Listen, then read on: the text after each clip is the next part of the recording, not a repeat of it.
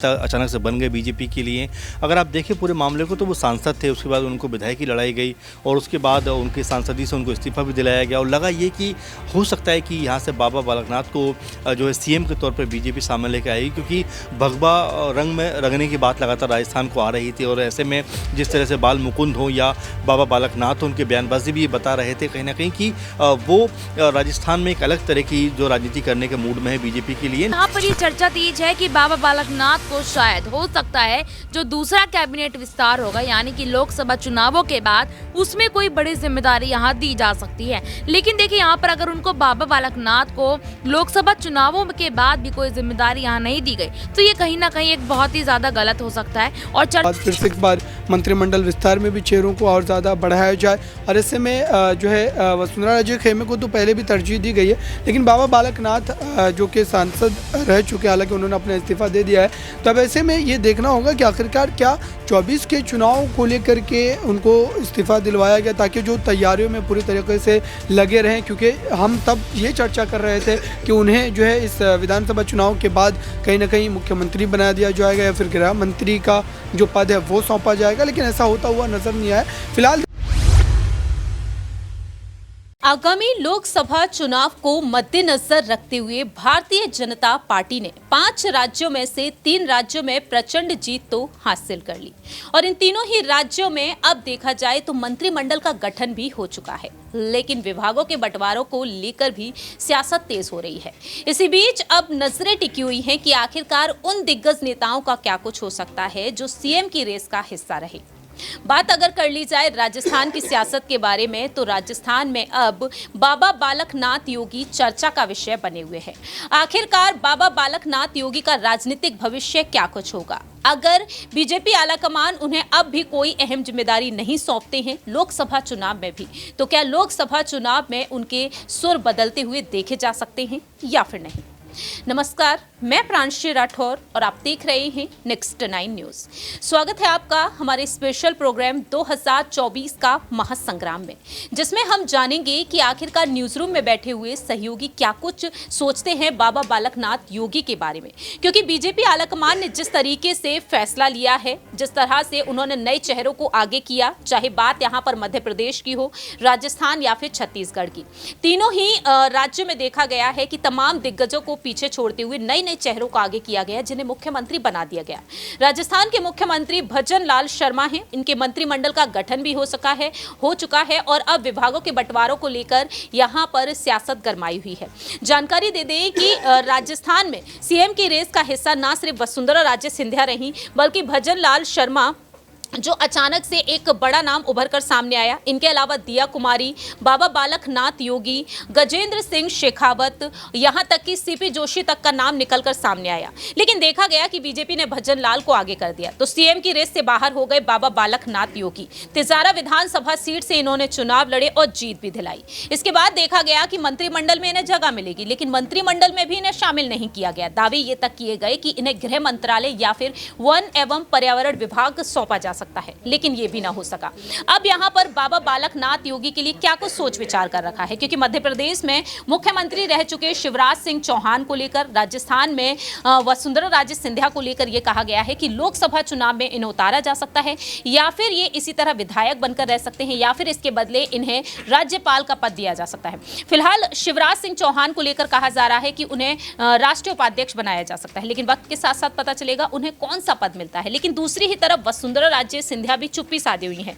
लेकिन बात कर ली जाए बाबा बालकनाथ योगी के बारे में, तो क्या बाबा बालकनाथ योगी के सुर वाकई में अब बदलते हुए नजर आएंगे? सवाल यहां पर लेना चाहेंगे अमन जी से कि आखिरकार वह क्या कुछ कहना चाहेंगे, क्योंकि देखा गया है कि बहुजन समाज पार्टी से जो दिग्गज नेता रहे इमरान खान, जो तिजारा विधानसभा सीट से आगे किए गए थे, लेकिन वह कांग्रेस की तरफ जिस तरह से पहुंचे बसपा छोड़कर और कांग्रेस ने उन्हें उतारा, लेकिन बाबा बालकनाथ ने तिजारा विधानसभा सीट पर बाजी मार ली और उनकी लोकप्रियता दिन प्रतिदिन बढ़ती ही गई। और ऐसे में देखा गया कि बाबा बालकनाथ योगी जो देखा गया है कि कई बार लिस्ट में शामिल हुए, लेकिन बाहर का रास्ता ही उन्हें दिखाया गया। कैसे देख रहे हैं कि लोकसभा चुनाव में भारी नुकसान होता हुआ नजर आ सकता है बीजेपी को या फिर नहीं? देखिए, बिल्कुल बाबा बालकनाथ के बारे में पहले भी चर्चा होती रही है, क्योंकि उनका नाम सीएम पद की रेस में बहुत ज़्यादा आगे था। वो महत्वपूर्ण नेता अचानक से बन गए बीजेपी के लिए। अगर आप देखें पूरे मामले को, तो वो सांसद थे, उसके बाद उनको विधायकी लड़ाई गई और उसके बाद उनके सांसदी से उनको इस्तीफा भी दिलाया गया और लगा ये कि हो सकता है कि यहाँ से बाबा बालकनाथ को जो है सीएम के तौर पर बीजेपी सामने लेकर आएगी, क्योंकि भगवा रंग में रंगने की बात लगातार राजस्थान को आ रही थी। और ऐसे में जिस तरह से बाल मुकुंद हो या बाबा बालकनाथ हो, उनके बयानबाजी भी ये बता रहे थे कहीं ना कहीं कि वो राजस्थान में एक अलग तरह की जो राजनीति करने के मूड में है बीजेपी के लिए। लेकिन ऐसा हो नहीं सका, क्योंकि ना तो वो मंत्रिमंडल की लिस्ट में कहीं शामिल रहे, ना उप मुख्यमंत्री की लिस्ट में कहीं रहे, और मुख्यमंत्री तो वो पहले ही जो है उस रेस से बाहर हो गए। तो ये जाहिर बात है कि जो बाबा बालकनाथ है उनको बहुत बड़ा झटका ज़रूर लगा होगा, क्योंकि जिस तरह से उनको सपने दिखाए गए और अचानक उनके सपने चकनाचूर हो गए। अचानक कहीं भी उनको स्थान नहीं मिला, ना मंत्रिमंडल में, ना उप मुख्यमंत्री में और ना ही मुख्यमंत्री पद की रेस में। तो ये बताता है कि क्या बाबा बालकनाथ जो है कि आने वाले दिनों में इसके खिलाफ जाकर कोई जो है बयानबाजी करते हुए नजर आएंगे, क्या कोई बड़ा कदम उठाते हुए नजर आएंगे, क्योंकि अभी तक उनका भी कोई स्टेटमेंट निकल के सामने नहीं आया है, जो कहीं ना कहीं ये बता रहा है कि उनकी खामोशी भी क्या कोई बड़ा तूफान खुद में समेटे हुए, क्या वाकई वो भी कोई बड़ा कदम उठा सकते हैं। क्योंकि बाबा बालकनाथ एक बड़ा नाम बन के उभरे और बड़ा नाम की उनकी चर्चा पूरे कह सकते हैं देश में हुई, और उनको यहाँ तक कि जो कांग्रेस पार्टी के नेता हैं अधीर रंजन, उन्होंने मुख्यमंत्री तक कह दिया कि आप जो है राजस्थान के अगले मुख्यमंत्री बन रहे हैं। तो ऐसे में कई तरह के सवाल थे, जहाँ पर जो बाबा बालकनाथ था उनका लगभग बनना तय था, लेकिन जिस तरह से उनका नाम इस लिस्ट से निकला, मुझे लगता है उनकी चुप्पी में कोई बड़ा तूफान समाया हुआ है। लेकिन देखा जाए बीजेपी के लिए जिस तरीके से मुश्किलें बढ़ सकती हैं, एक यादव वोट बैंक को जिस तरीके से वह संभालते हुए नजर आए, यादव समुदाय से जिस तरीके से वह ताल्लुक रखते हैं, और अब देखा जाए राजस्थान में दर्जन भर सीट ऐसी हैं जहां पर यादव वोट बैंक का जिस तरीके से सार देखने को मिलता है। अब बीजेपी 2024 में इस वोट बैंक को साधने में क्या कुछ तमाम कोशिशें करती हुई नजर आएगी। बाबा बालकनाथ योगी को सांसद से जिस तरीके से विधायक बना दिया गया, इसे कैसे देख रहे हैं, प्रमोशन या फिर डिमोशन? देखिए, बिल्कुल ऐसा अगर देखा जाए तो डिमोशन ही है कि एक सांसद को आपने विधायक बना दिया, ना तो उनके पास कोई आपने मंत्री पद दिया, ना ही उनको कोई अहम जिम्मेदारी दी, तो वाकई उनका डिमोशन है। लेकिन देखिए, राजनीति में कई तरह के विकल्प खुले हुए होते हैं, क्योंकि हो सकता है कि आने वाले जो 2024 का चुनाव है उसमें बाबा बालकनाथ को हो सकता है बीजेपी कोई अहम भूमिका के लिए तैयार करे। क्योंकि देखिए, अगर देखा जाए तो संसद का टाइम भी मेरे ख्याल 4-5 महीने का रह गया था। ऐसे में अभी अगर बने भी रहते तो कोई बहुत बड़ी बात नहीं होने वाली थी। हो सकता है बीजेपी ने उनको ट्राई किया हो और उनको एक तरीके चर्चा में लेकर आने का प्रयास किया हो, क्योंकि अगर आप देखें तो फिलहाल के वक्त में मीडिया ने जिस तरह से उनको तवज्जो दी, उसके बाद से लगातार वो हर एक जगह पर सुर्खियों में आ गए, हर जगह पर कहीं ना कहीं उनके नाम को लेकर चर्चाएं होती रही। तो ये बताता है अपने आप में किस तरह से जो बाबा बालकनाथ हैं उनका नाम चर्चाओं में आ गया, लगातार उनका नाम सुर्खियों में आ गया। और हो सकता है बीजेपी कहीं ना कहीं यही चाहती होगी कि किसी तरह से जो बाबा बालकनाथ हैं उनको चर्चा में लाया जाए। लेकिन हाँ, अगर उनको इग्नोर किया गया, अगर उनके कह सकते हैं उनको बेहतर जिम्मेदारी नहीं दी गई, बेहतर कोई पद नहीं दिया गया, तो हो सकता है कि वो भी कुछ समय तक तो चुप रहें, लेकिन उसके बाद कोई मुखर रुख अपनाते हुए नजर आए। क्योंकि जिस तरह से उनकी जो अंदाज़ है, जिस तरह से उनके भाषण हैं, वो बिल्कुल योगी की याद दिलाते हैं कि जिस तरह योगी अपने अंदाज़ को रखते हैं, वैसे ही कुछ बाबा बालकनाथ भी ऐसा ही अंदाज़ रखते हुए नजर आते हैं। तो खैर, उनको लेकर अब क्या कुछ होने वाला है, किस तरह से वो अगला कदम उठाने वाले हैं, इसको लेकर सबकी निगाहें बनी हुई हैं। वाकई में देखा जाए जिस मठ से ताल्लुक रखते हैं योगी आदित्यनाथ, उसी मठ से ताल्लुक रखते हैं बाबा बालकनाथ योगी, और ऐसे में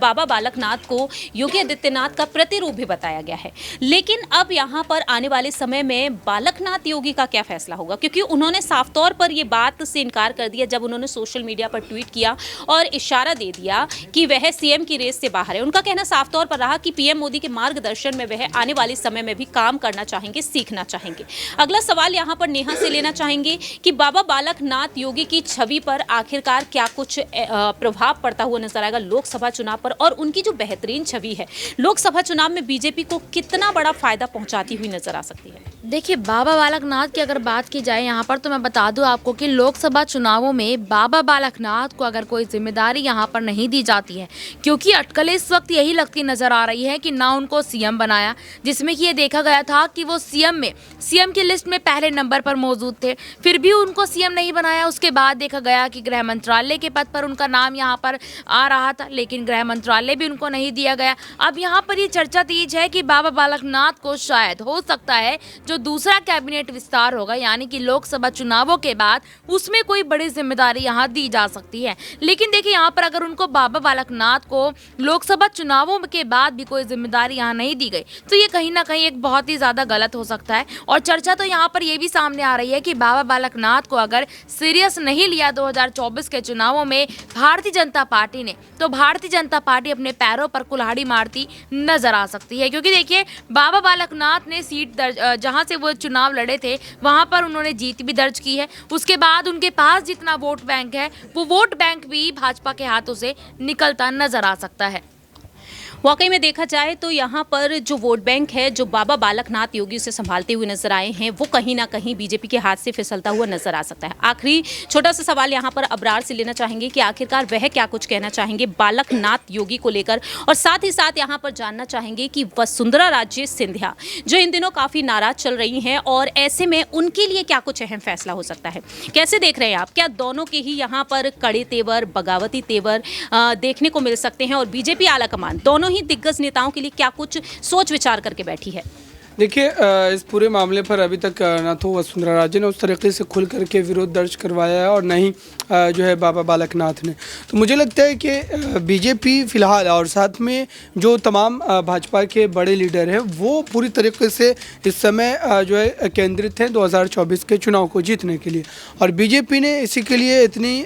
बड़ी आप कह सकते हैं कि जो आप कह सकते हैं कि बदलाव के तौर पर जो चेहरों को कहीं ना कहीं जिम्मेदारी दी है, क्योंकि उनके जहन में पूरी तरीके से 24 का चुनाव है। और मुझे लगता है कि आने वाले दिनों में हो सकता है कि 2024 के चुनाव के बाद फिर से एक बार मंत्रिमंडल विस्तार में भी चेहरों को और ज़्यादा बढ़ाया जाए। और ऐसे में जो है वसुंधरा राजे खेमे को तो पहले भी तरजीह दी गई है, लेकिन बाबा बालकनाथ जो कि सांसद रह चुके, हालांकि उन्होंने अपना इस्तीफा दे दिया है, तो अब ऐसे में ये देखना होगा कि आखिरकार क्या 24 के चुनाव को लेकर के उनको इस्तीफा दिलवाया गया ताकि जो तैयारियों में पूरी तरीके से लगे रहें। क्योंकि हम तब ये चर्चा कर रहे थे कि उन्हें जो है इस विधानसभा चुनाव के बाद कहीं ना कहीं मुख्यमंत्री बना दिया जाएगा या फिर गृह मंत्री का जो पद है वो सौंपा जाएगा, लेकिन ऐसा होता हुआ नजर नहीं आया। फिलहाल देखा जाए तो पार्टी एक बड़े नजरिए से काम कर रही है, 2024 पर पूरी तरीके से फोकस। दूसरी ही तरफ ये कहा जा रहा है कि अब गृह मंत्रालय को लेकर जिस तरीके से दावे किए जा रहे हैं, दिया कुमारी ये मंत्रालय चाहती हैं, इसमें देखा जाए किरोड़ी लाल मीणा का नाम भी शामिल है, और ऐसे में ये भी कहा जा रहा है कि गृह मंत्रालय को कहीं ना कहीं भजन लाल शर्मा, मोहन यादव की तरह रख सकते हैं जो मध्य प्रदेश के मुख्यमंत्री हैं, या फिर जिस तरह से अशोक गहलोत ने वित्त मंत्रालय अपने पास रखा, गृह मंत्रालय अपने पास रखा, इस तरीके से रख सकते हैं, या फिर वसुंधरा राजे सिंधिया ने अपने कार्यकाल में वित्त मंत्रालय अपने पास रखा, गृह मंत्रालय उन्होंने गुलाब चंद कटारिया को सौंप दिया। और ऐसे में देखा जाए अब ये कयास लगाए जा रहे हैं कि गृह मंत्रालय कहीं ना कहीं वसुंधरा राजे के किसी विधायक को, उनके कैंप को दिया जाएगा, और बाकी के सभी मंत्रालय अपने हाथों में रखेंगे भजन लाल। देखिए, गृह मंत्रालय ज़्यादातर राज्यों में अगर देखें तो वो कहीं ना कहीं मुख्यमंत्री के पास ही रहता है। मुझे लगता है कि राजस्थान में भी स्थिति वही रहेगी। जहाँ तक बात वसुंधरा राजे के विधायक को देने की है, तो ये तय करता है कि जब मुख्यमंत्री बदला जाता है किसी भी प्रदेश का, तो जाहिर सी बात है कि मुख्यमंत्री अपने हिसाब से कैबिनेट बनाता, अपने हिसाब से चेहरों को तय करता है, और केंद्रीय नेतृत्व का भले ही उसमें एक दाव पेच ज़रूर नजर आता है, लेकिन मुझे लगता है कि भजन लाल जब मुख्यमंत्री बनाया गया तो जाहिर सी बात है कि उनको इतनी तो छूट होगी कि वो अपनी कैबिनेट अपने तरीके से जो है डिसाइड करे। और जहाँ तक गृह मंत्रालय की जो बात है वो भजन लाल हो सकता है कि खुद अपने पास रखें। वाकई में अब देखने वाली बात होगी कि आखिरकार भजन लाल शर्मा अपने कैबिनेट को किस तरीके से शानदार बनाएंगे, और बालकनाथ योगी को जिस तरीके से बाहर का रास्ता दिखाया जा रहा है हर एक लिस्ट से, आखिरकार बालकनाथ योगी को क्या कुछ सौंपा जाएगा। लेकिन आपकी क्या कुछ राय प्रतिक्रिया है? क्या यहाँ पर कड़े तेवर देखने को मिल सकते हैं बाबा बालकनाथ योगी के? ये वक्त के साथ साथ ही पता चलेगा। कॉमेंट सेक्शन में आप भी अपनी राय रख सकते हैं। तब तक के लिए आप देखते रहिए Next 9 न्यूज़।